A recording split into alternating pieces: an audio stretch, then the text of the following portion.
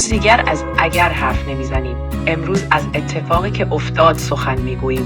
از ماکو تا گیلان غرب، از بازارهای خاموش تا مدرسه های بسته، از کرکره هایی که بالا نرفتند تا چرخ هایی که نچرخیدند.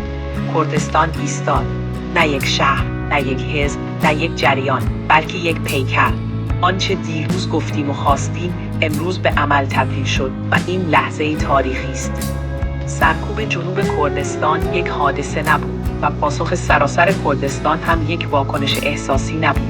این آزمون قدرت بود و کردستان نشان داد که این آزمون را فهمیده است.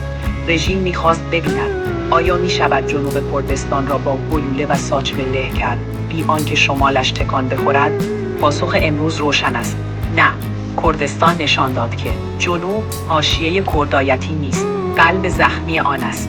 ایلام تنها نماند، کرماشان تنها نماند و این تنها نماندن یک پیروزی است. امروز کردستان چیزی را به یاد آورد که سالها تلاش شد فراموش شود. این که زبان جنوبی لهجه نیست، حافظه زنده سرکوب است. این که رنج ایلام و کرماشان رنج دیگری نیست، رنج خود ماست. این که کردستان با مذهب تقسیم نمی شود، با جغرافیا تکه تکه نمی شود و با سرکوب از هم نمی پاشد. اعتصاب امروز فقط تعطیلی نبود، اعلان بلوغ سیاسی بود. امروز کردستان نشان داد که همبستگی نه شعار است، نه احساس لحظه‌ای، نه ژست اخلاقی.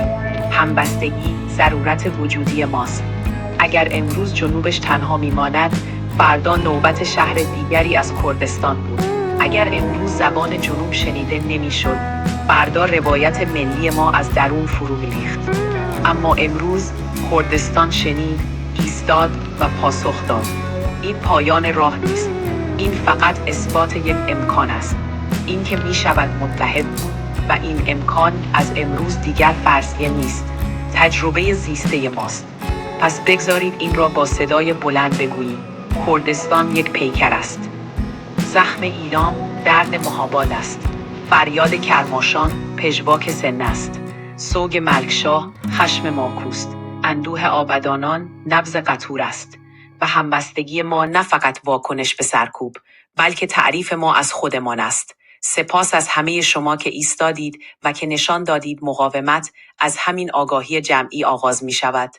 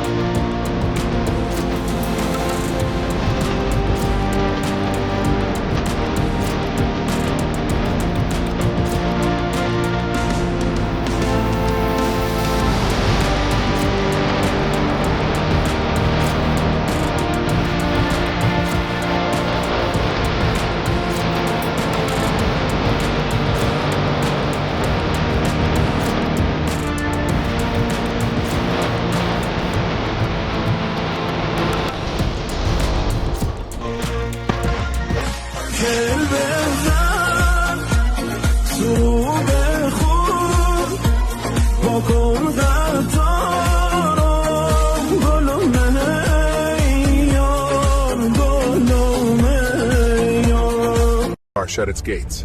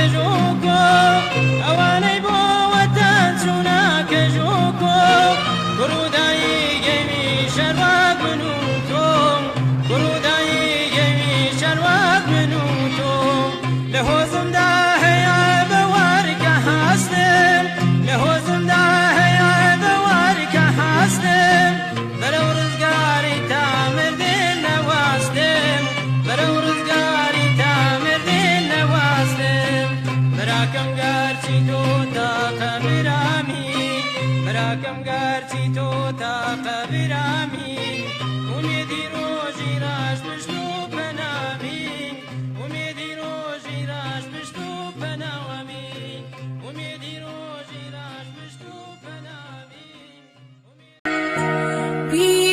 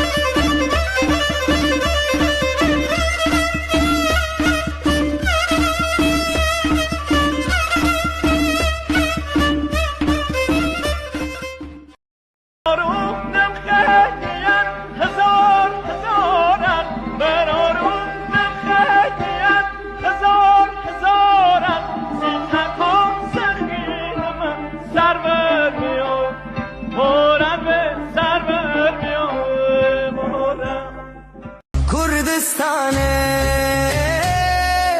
Varınç roja baba kur rojelat u bashur Strane azadi dile meded ver Hera beri pesh nera washtin hergez Hev behev jiyarana mate serkefti